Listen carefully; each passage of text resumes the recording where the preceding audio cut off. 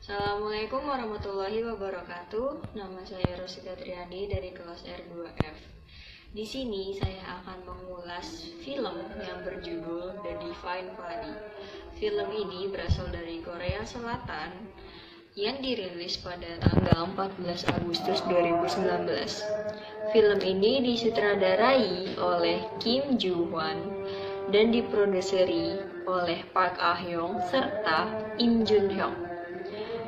Film ini diperankan oleh Park Seo Joon sebagai pemeran utama yang bernama Park Yong Woo, serta Lee Seung Joon sebagai ayah dari Park Yong Woo, An Seung Ki sebagai Pastor An, Choi Woo Sik sebagai Pastor Choi, serta Woo Do Hwan sebagai Ji Shin.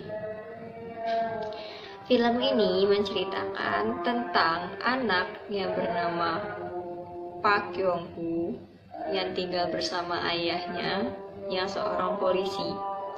Keluarga ini termasuk keluarga yang taat beragama. Ayah dari Park Yong Woo selalu mengajarkan Park Yong Woo untuk berdoa dengan khusyuk. Ayahnya mengatakan, jika Park Yong Woo berdoa dengan khusyuk, maka niscaya keinginannya akan segera terkabul. Pada malam hari ketika Park Yong Woo masih kecil, ayahnya ditugaskan untuk merazia pengemudi mabuk. Pada saat itu, ada salah satu pengemudi yang menolak untuk dirazia. Dan saat itu juga ayahnya Park Yong Woo mengalami kecelakaan dan langsung dilarikan di rumah sakit dengan keadaan yang sangat parah. Mengetahui hal itu, Park Yong Woo langsung pergi ke gereja untuk berdoa demi kesembuhan ayahnya. Di saat berdoa, ada pastor yang menghampiri Park Yong Woo dan berkata, jika dia berdoa dengan khusyuk, maka permohonannya akan segera terkabul. Tetapi ternyata ayahnya Park Yong Woo tetap meninggal dunia. Sejak saat itu, Park Yong Woo jadi membenci dan tidak percaya lagi dengan agamanya. Sebelum ayahnya Park Yong Woo meninggal, Park Yong Woo memimpikan ayahnya, dan ayahnya berkata bahwa ayahnya akan selalu berada di samping Park Yong Woo. Pada saat itu, tangan ayah Park Yong Woo diletakkan di atas tangannya Park Yong Woo, dan saat itu cahaya putih memancar. 20 tahun kemudian, Park Yong Woo sudah besar dan sudah bekerja sebagai atlet MMA atau Mixed Martial Arts. Dia bertanding di luar negeri, dan pada saat itu lawannya mempunyai tato di punggung yang berbentuk salib. Saat itu tiba-tiba Park Yong Woo mendengar suara-suara aneh yang berisi tentang membunuh lawannya untuk membalaskan dendam ayahnya. Dan saat itu juga Park Yong Woo menghajar lawannya habis-habisan dan akhirnya menang. Saat pulang, dia memimpikan ayahnya kembali. Dia melihat peti mati ayahnya dan ada salib di sana. Dia merasa marah lagi karena melihat salib itu. Pada saat itu, saat Park Yong Woo melihat salib, ia ingin melempar salib itu. Tapi ternyata gagal karena salib itu tiba-tiba menempel di telapak tangannya, dan salib itu mulai terbakar dengan api putih. Dan saat itu, salib itu terlepas dari telapak tangannya dan telapak tangannya terluka dan mengeluarkan darah yang sangat banyak. Park Yong Woo pun bangun dari mimpinya. Dan ternyata luka itu sungguhan ada. Saat sudah sampai di Korea, dia segera memeriksanya di rumah sakit. Tetapi manajernya menyatakan bagaimana kalau misalnya pergi ke dukun saja. Tapi Park Yong Woo tidak mempercayai hal itu dan tetap saja ke rumah sakit. Pada malam hari saat sedang beristirahat, tiba-tiba ada makhluk hitam yang menyerang Park Yong Woo dalam tidurnya.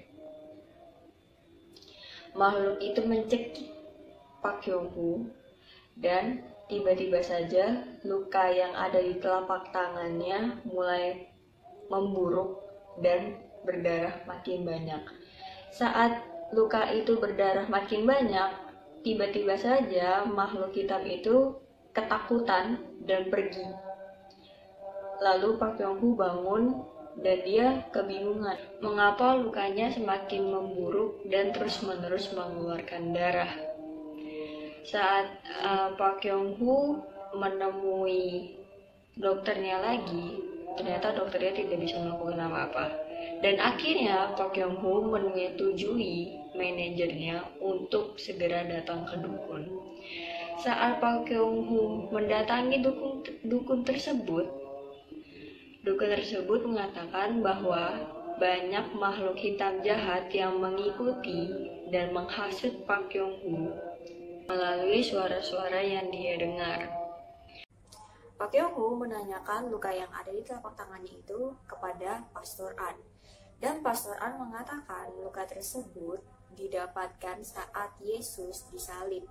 Dan Pastor An menjelaskan bahwa orang-orang yang mendapatkan luka di telapak tangan tersebut adalah orang-orang yang beriman. Tetapi Pak Yong-hu menyangkal hal tersebut karena Pak Yong-hu merasa dirinya tidak beriman. Sebab dia marah kepada Tuhannya karena insiden ayahnya. Korban dari satu pemimpin ilmu hitam yang selama ini Pastor An cari. Pak Yong-hu pun membantu Pastor An untuk menemui pemimpin ilmu hitam tersebut dengan cara mengusir para setan yang memasuki manusia. Ternyata pemimpin ilmu hitam tersebut adalah Jishin, yaitu yang menyebabkan ayah dari Pak Yong-hu itu meninggal. Jishin yang mengetahui dirinya diincar mulai mencari cara. Akhirnya dia mengelabui Pak Yong-hu agar Pak Yong-hu jauh dari Pastor An. Awalnya Pak Yong-hu terpengaruh, tetapi pada akhirnya Pak Yong-hu tetap menemui Pastor An dan membantunya melakukan eksorsis atau pengusiran setan.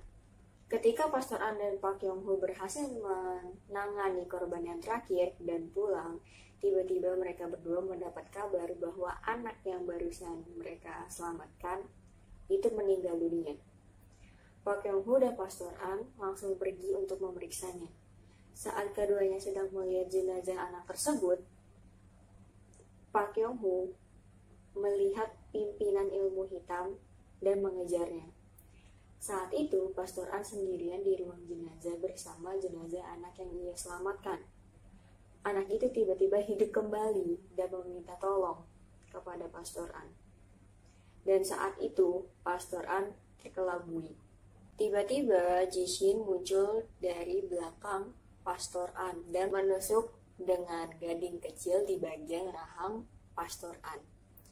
Pak Yong-hu lalu tersadar bahwa dia hanya mengejar bayangan dari Jishin, dan dia langsung kembali ke ruangan jenazah di mana Pastor An berada.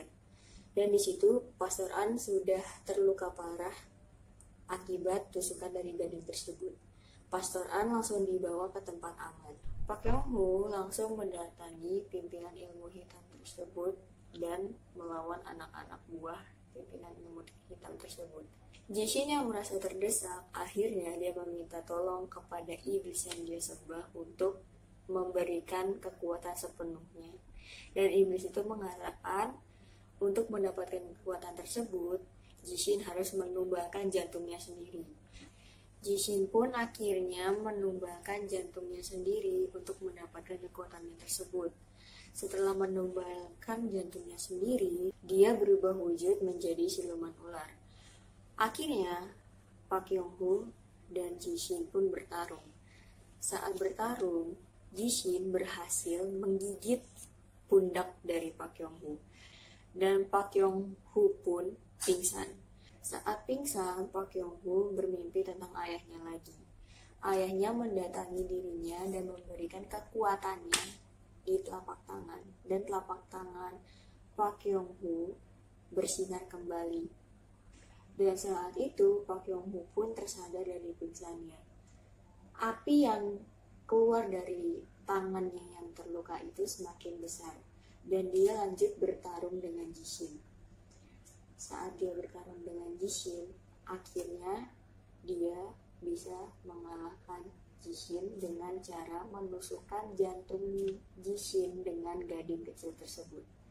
Akhirnya, iblis yang disembah Jishin mengambil tubuh Jishin sepenuhnya untuk menjadi tumbal. Akhirnya, Pak Yong-hu memenangkan pertarungan tersebut, dan Pastor An juga sembuh dari lukanya. Itulah ulasan singkat yang bisa saya jelaskan dari film The Divine Fairy. Kurang lebihnya mohon maaf. Wassalamualaikum warahmatullahi wabarakatuh.